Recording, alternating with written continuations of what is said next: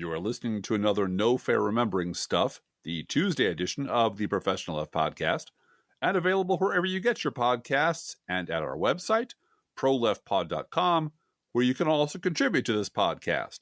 There's a Patreon button at that website, or you can mail us a letter and or contribution at the Professional Left Podcast, P.O. Box 9133, Springfield, Illinois, 62791. And it's not safe for work.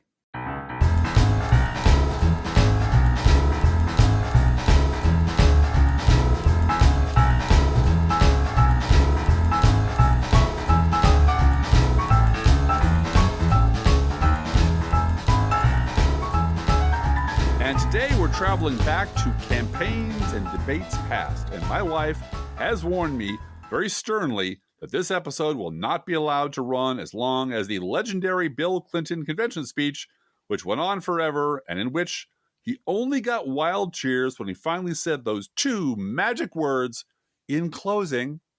Michael Dukakis will never, never, never forget it. In closing. But what has been all but lost to history is that this was not Clinton's acceptance speech at the Democratic National Convention at Madison Square Garden on July 16, 1992. This was Clinton's keynote speech in 1988 at the Democratic National Convention, where he was introducing the nominee, Michael Dukakis. This is from Vox, July 26, 2016. Quote, Bill Clinton's first major appearance at a convention almost destroyed his career. Hillary Clinton often says she's not a natural politician. She gives that honor to her husband, Bill Clinton. But it's worth noting that the first substantive time this natural politician got up on a national stage as the keynote speaker at the 1988 Democratic National Convention, he utterly bombed. Clinton, then a governor from Arkansas and a rising star, was only supposed to speak for 15 minutes on policy before endorsing Democratic nominee Michael Dukakis. Instead, he spoke an uninspiring 33 minutes, interrupted by boos and chants. The speech was so poorly received that the audience cheered when he said, in conclusion, he actually said, what did he say instead? He said, in closing. In closing, yes. Yeah. They got that wrong also. It was a bad moment, and at the time, many thought it would sink Clinton's budding political career. Quote, I can tell you that this place is just ready to explode, and I think they are long past the period of listening to Governor Clinton. Chris Wallace, then of NBC, said from the conventional floor. Yes, Chris Wallace of NBC News. Clinton's speech has gone on so long that he has completely lost this crowd. It seems Bill Clinton has overstayed his welcome, unquote. And while that 1988 speech is remembered as one that went on and on forever, it was actually only 33 minutes long, which, in Clinton's speech length terms, is a mere throat clearing. For example, here are the average lengths of presidential State of the Union addresses from Nixon to Clinton. Nixon went 35 minutes, Ford 45 minutes, Carter 35 minutes, Reagan 40 minutes, George H.W. Bush 45 minutes. Bill Clinton, over 1 hour and 14 minutes. Good Lord, Driftglass, how did we survive? The man loved to talk. What can I say? Loved to talk. So it's no big surprise that Clinton's 1992 acceptance speech went on for nearly an hour. But by that time, he'd figured out how to be that Bill Clinton.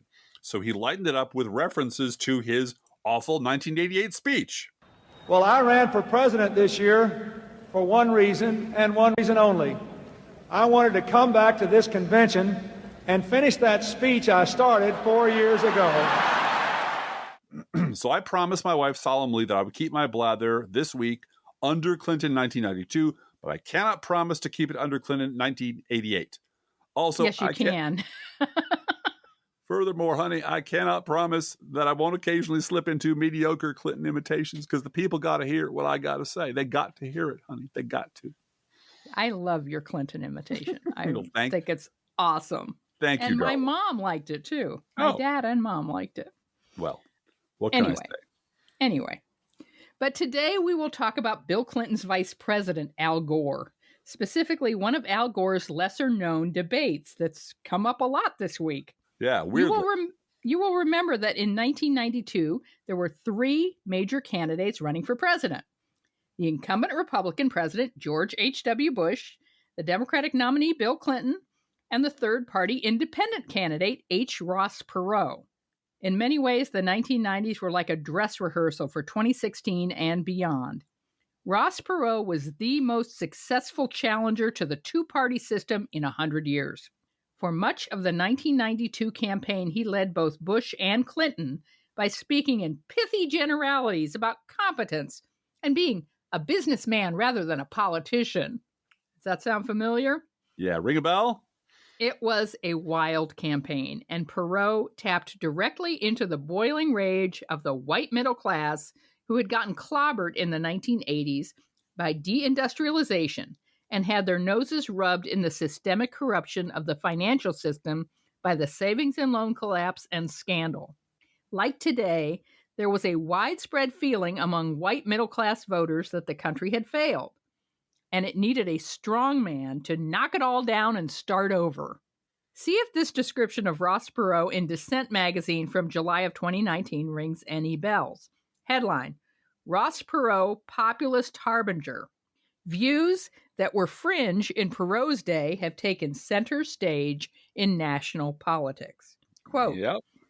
The late Ross Perot was called many things in the course of his 1992 run for president. Vice President Dan Quayle called him a temperamental tycoon. Karl Rove called him an untested wild man. And editorials dismissed him as an infantile narcissist and a billionaire bore. To some, Perot, who passed away on July 9th, 2019, at the age of 89, he was a quack and a crackpot. To others, he was a trailblazing businessman and plain-spoken leader. In hindsight, he appears as a Cassandra whose flawed appeal to economic alienation pointed to growing cracks in the political establishment, unquote. And Perot was smart enough to hire normies from the political universe to help him run his campaign, which is something that Trump is doing right now.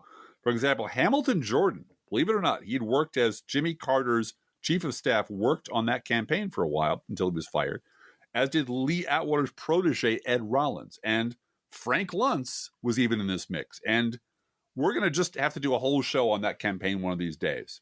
It was spectacular and weird and worth talking about. There were loyalty oaths. There was like crazed conspiracy theories, especially one about Perot saying he was worried that North Vietnam had hired members of the new Black Panther to kill him.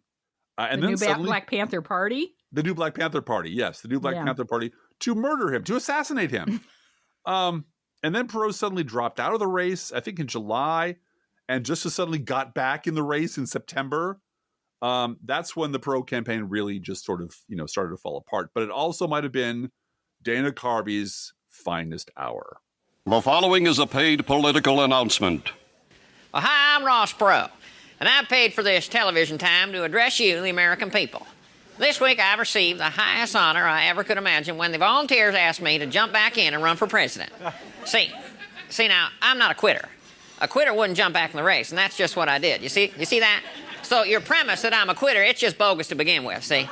But all right, I know the way the game's played, so let's just go with your premise for a minute that I'm a quitter. Well, if I'm a quitter, why am I back in the race? See? Case closed. Now, Perot still ended up with 20% of the vote, but as the campaign went on, more people learned about him and his craziness, and the less they liked him, the more they heard about him. In 2016, Donald Trump adopted a slightly modified version of this strategy by running as a virtual third-party candidate, but inside the Republican Party. And of course, in 1992, 3 presidential candidates meant 3 vice presidential running mates who also had their own debate. There was incumbent Republican Vice President Dan Quayle, the Democratic Vice President nominee Al Gore, and Ross Perot's running mate, Admiral William Stockdale, who frankly had the only line anyone remembers from that night. Admiral Stockdale, your opening statement, please, sir. Who am I? Why am I here? But you know what? That's not the debate we're discussing today. Today, we're discussing Trump's revolutionary idea of completely eliminating the income tax, Blue Gal. That's what we're talking about. Can anyone tell me the name of a popular movie from the 1980s in which this brand new revolutionary idea for completely eliminating the income tax was first discussed? Anyone? Anyone? In 1930, the Republican-controlled House of Representatives, in an effort to alleviate the effects of the the Great Depression, passed the the tariff bill, the Hawley-Smoot Tariff Act, which raised or lowered tariffs in an effort to collect more revenue for the federal government. Did it work? Anyone know the effects? It did not work, and the United States sank deeper into the Great Depression. Yes, today we're going full Smoot-Hawley. So strap in. This is from Bloomberg Television. It was on this day, June 17, 1930, U.S. President Herbert Hoover signing into law the Smoot-Hawley Tariff Act, one of the most controversial trade policies in world history. The legislation increased tariffs on roughly 40% of the goods coming into the U.S., as much as to 59%. Extra import taxes that ostensibly were intended to protect U.S. jobs. Now, while Calvin Coolidge, the former president known for pro-business policies, praised the tariffs for securing the American market for the products of the American workmen, there was an almost unanimous plea by economists at the time not to pass the Smoot-Hawley Act. Walter Lippmann, the country's preeminent columnist at the time, calling it a wretched and mischievous product of stupidity and greed. Even the U.S. Senate, on its official website today, calls Smoot-Hawley among the most catastrophic acts in congressional history. That's a quote. To understand that catastrophe, you have to remember that back in the 1920s, that was a golden age for the U.S. economy. GDP was growing at a 5% rate in real terms from 1921 to 1929. But that prosperity, it was brought to an end by several policy missteps, including those tariffs that ultimately made the U.S. consumer poorer and foreign exporters angrier. Foreign governments retaliated with their own tariffs, and that exacerbated U.S. inflation. It contributed to the Great Depression, and it cost President Herbert Hoover his re-election campaign just 2 years later. Now, with 94 years past and with 5 months before the next presidential election, tariffs and their effects are back in the spotlight. Current President Joe Biden, building on his predecessor's levies on Chinese imports, saying back in May that China's industrial and trade policies are putting U.S. competitors at a disadvantage, and the only remedy was higher tariffs. Now, some of those key changes do kick in this year and next. That includes a 25% tariff slapped on critical minerals like cobalt and zinc, a doubling of tariffs on Chinese chips all the way up to 50%, a tripling of tariffs on steel and aluminum to 25%, and a quadrupling to 100% for tariffs made on Chinese-made electric vehicles. So why are we talking about this long-dead, terrible idea today? Because this long-dead, terrible idea is actually Donald Trump's brand new revolutionary idea for completely eliminating the income tax. Take it away, Lawrence O'Donnell. Sorry, I stepped on you there. That's fine. Take it away, Lawrence O'Donnell. In 1930, with the country sinking deeper into an economic depression, Chairman Smoot and Chairman Hawley pushed the Tariff Act of 1930 through their committees. And then they both got it passed in the House of Representatives and in the Senate. And by the time it reached the president's desk for signature, it had come to be known as the Smoot-Hawley Tariff Act. It raised tariffs astronomically, higher than ever before, on thousands of goods. It was exactly what Donald Trump is now proposing as a presidential candidate. And so when you hear economists now saying Donald Trump's idea about tariffs is even worse than Smoot and Hawley, you have to know something about Smoot and Hawley to really understand just how bad Donald Trump's idea is. Henry Ford would have to reach for a new rhetorical extreme to describe it, because Henry Ford's phrase, an economic stupidity, would feel inadequate. Last week, Donald Trump said he wants to eliminate the tax code, eliminate the personal income tax and the corporate income tax, and replace the income tax with nothing but tariffs. Yes, huge tariffs are a catastrophically awful idea that Donald Trump really, really likes. It's, of course, one of many catastrophically awful ideas that Donald Trump really, really likes. But when it comes to tariffs, we already had this debate. It was a Democrat versus a demagogue, and the demagogue got his ass kicked. Yes, it turns out the huge tariffs are just another god-awful idea that Donald Trump plundered from the failed campaign of H. Ross Perot. This is again from Dissent magazine, July 2019. Quote, Donald Trump's paeans to U.S. jobs, his hostility to trade with China, and his tokenistic gestures toward resuscitating the U.S. industrial sectors tap into the darkest elements of Perot-style populism. Trump's protectionism does little to address the pain of economic dislocation, instead using demonization of the nation's trading partners as a balm. Trump conflates nativism with economic redress, unquote. Now, this is what happened during Trump's first term. During a second term, especially with a completely subservient Republican Congress who will do anything he tells them to do, Trumponomics could kill off the American economy once and for all. Donald Trump wants to eliminate the income tax, replace the revenue to the government with nothing but tariffs, the biggest tariffs in American history.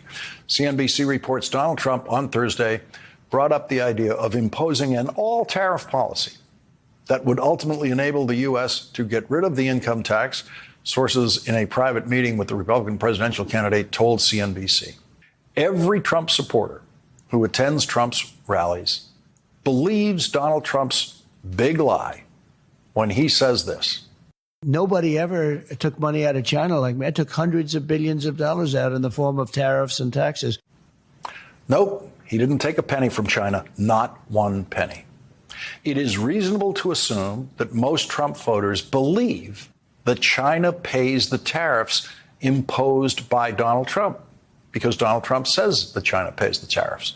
But in high school, they should have learned, and maybe before high school for a lot of students, they should have learned that tariffs are paid by the people in the country that imposes the tariffs. That's how tariffs work.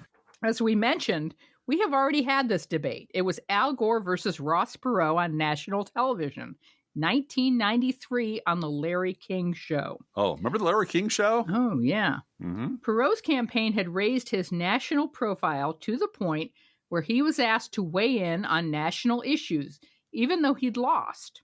And the subject under discussion was NAFTA. And you know what? We got to say this. Perot got a lot right about NAFTA. He did. Fair enough. And he also got a lot wrong about it. You know what? Donald Trump got a lot of things horribly wrong, almost everything, but he's right about the media being broken, for example. Yeah. And the Republican Party being fucked up and awful. I mean, he really called them out and called Jeb out on, no, your brother didn't keep us safe. Yeah. You know? And like, thank you. I mean, you're an awful person. And that's the thing about demagogues. They have to have some peg to hang their fascism on. Right. And that has to hold up under scrutiny. And NAFTA was, by and large, a bad idea with some good aspects. Yeah, Donald Trump called NAFTA the worst trade deal ever made. Then, as president, he negotiated a replacement to NAFTA called the U.S.-Mexico-Canada Agreement, the USMCA.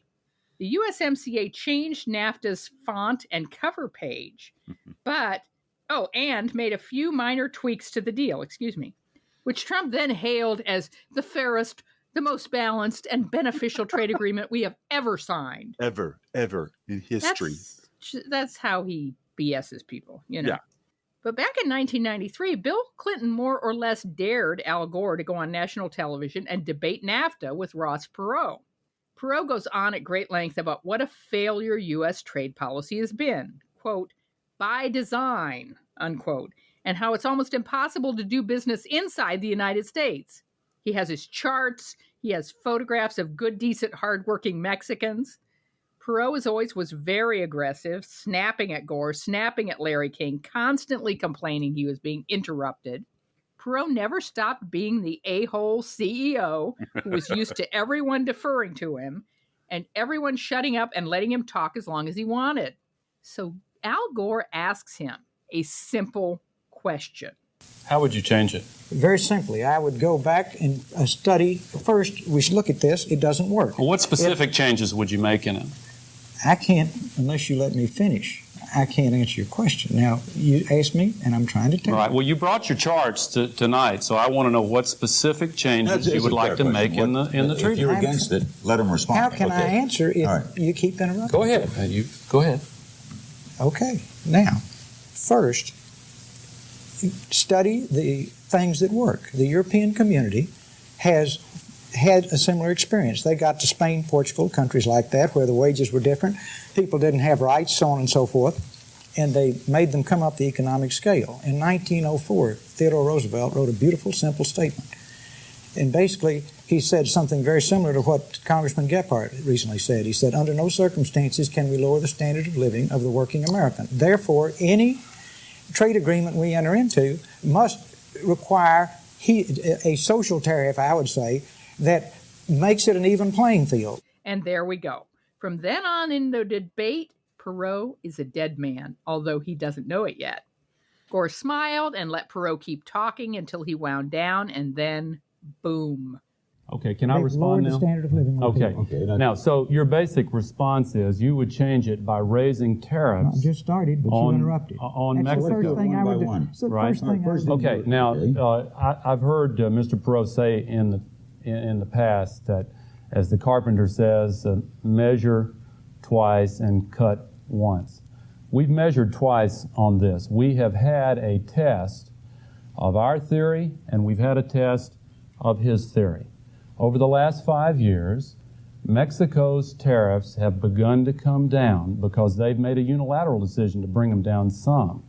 And as a result, there has been a surge of exports from the United States into Mexico, creating an additional 400,000 jobs, and we can create hundreds of thousands of more if we continue this trend. We know this works. If it doesn't work, we give 6 months notice and we're out of it. But we've also had a test of his theory. When? In 1930, when the proposal by Mr. Smoot and Mr. Hawley was to raise tariffs across the board to protect our workers. And I brought some pictures too. You brought some pictures? Is a protectionist? This is a picture of Mr. Smoot and Mr. Hawley. They look like pretty good fellas. They sounded reasonable at the time. A lot of people believed them. The Congress passed the Smoot-Hawley Protection Bill. He wants to raise tariffs on Mexico. They raised tariffs, and it was one of the principal causes, many economists say the principal cause, of the Great Depression in this country and around the world. Now, I framed this so you can put it on your wall if you want to. Thank you. Thank you. Now, I want to clarify for the record, since this is literally a record, that I had completely forgotten about this other Al Gore debate, which occurred in November of 1993, until my genius wife reminded me of it last week. And this was yes. You're welcome. Yes, thank you. Thank you. Because we're sitting around just talking, what do you want to do? There's a lot of subjects for No Fair Remembering stuff. And you said, what about that Al Gore debate with Ross Perot? I'm like, oh, honey, Ross Perot ran at the top of the ticket. Al Gore would never have debated him. And then he looked at me as one would look at a child who had just forgotten his times tables and said, no, I'm talking about that debate they had on the Larry King show. And I looked at you with big dumb eyes, and you explained it to me very slowly. Oh, that's right. I remember now. I showed it to you. You did. I showed it to me. you. Yeah, yeah. And this was a very high-stakes gamble the Clinton administration was trying. It was a big deal. This is from the LA Times, November 10th, 1993. Quote, although the potential audience for the debate numbered in the millions, remember the Larry King show is very popular. Millions of people watched it. The primary target of the policy prize fight was much smaller. About 25 undecided members of the House of Representatives who will decide the accord's fate in a crucial vote 1 week from today. So they put on this whole show to try to get those 25 people on their side.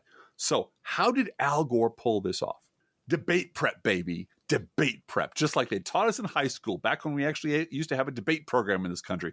You know, Blue Gal, in this country, we used to have debates about important issues in high school. And when I found out that our kids were going to high schools with no debate program, it made me very sad because I learned a lot about bullshitting for 8 minutes at a time for my debate program in high school.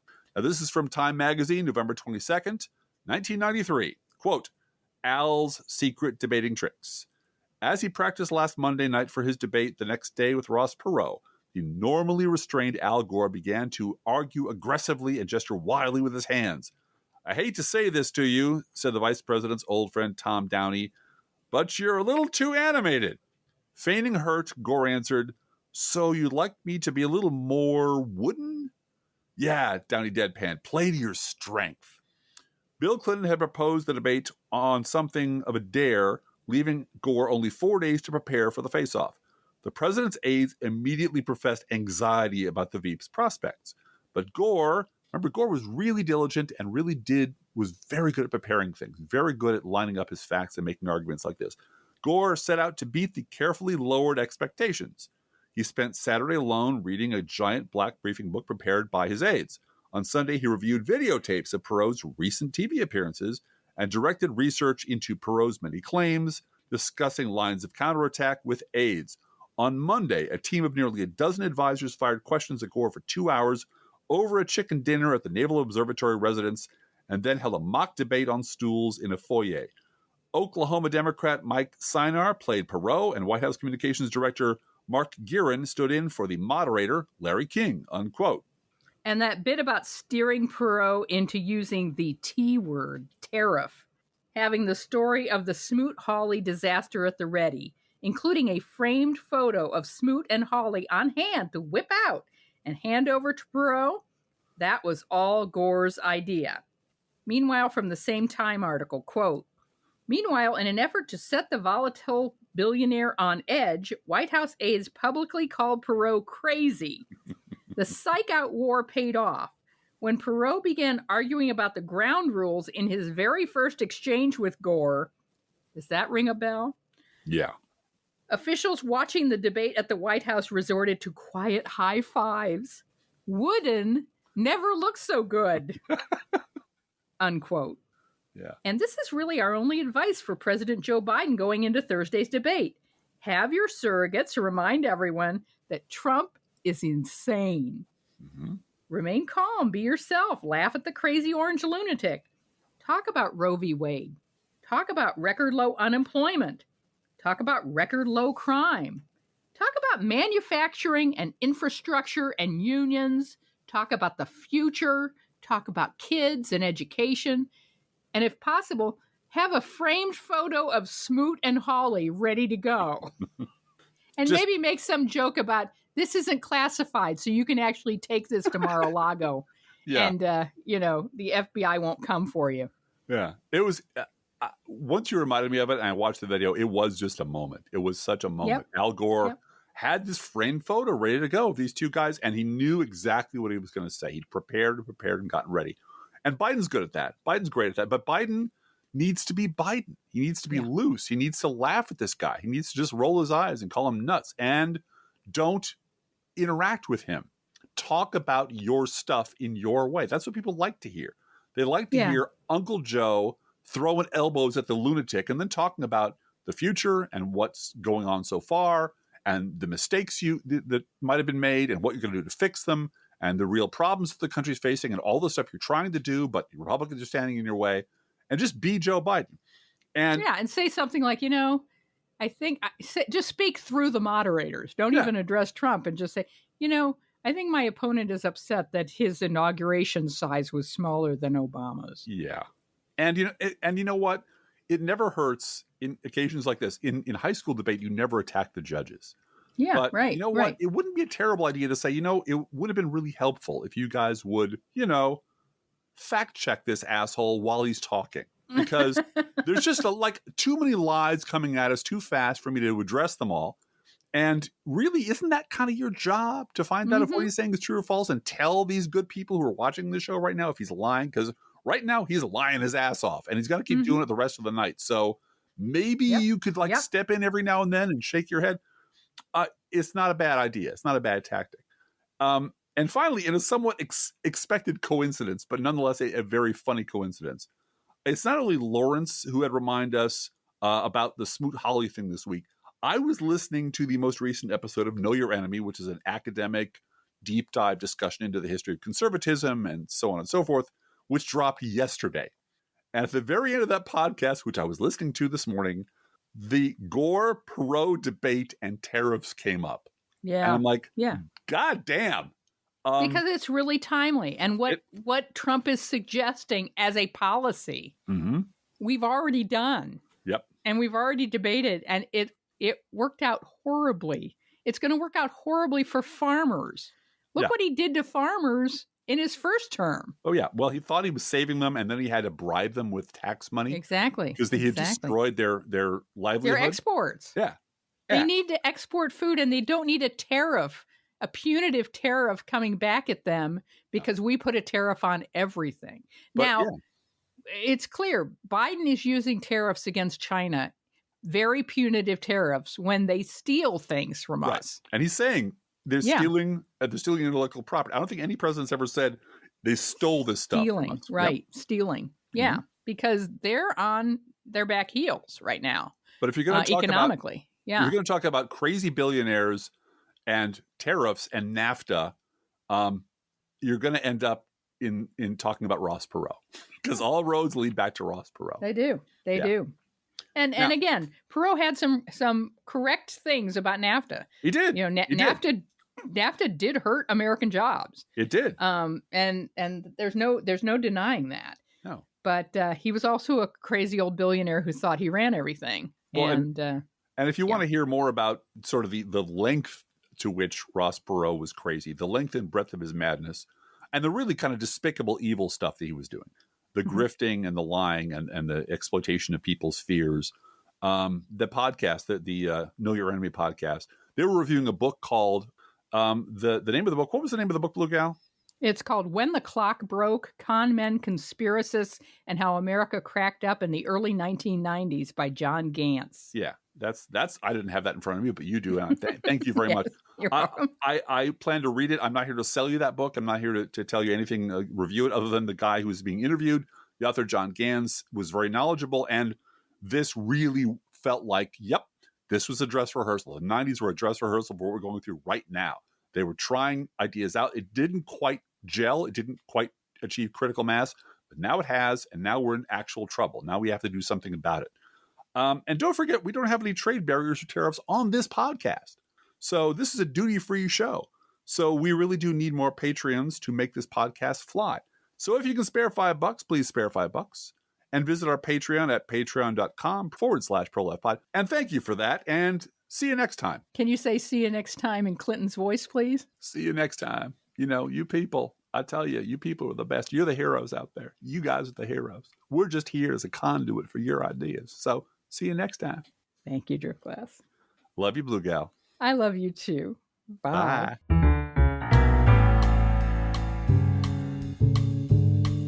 The Professional Left podcast, No Fair Remembering Stuff Tuesday edition, is recorded under a Creative Commons license. Copyright 2024-25 DGBG Productions.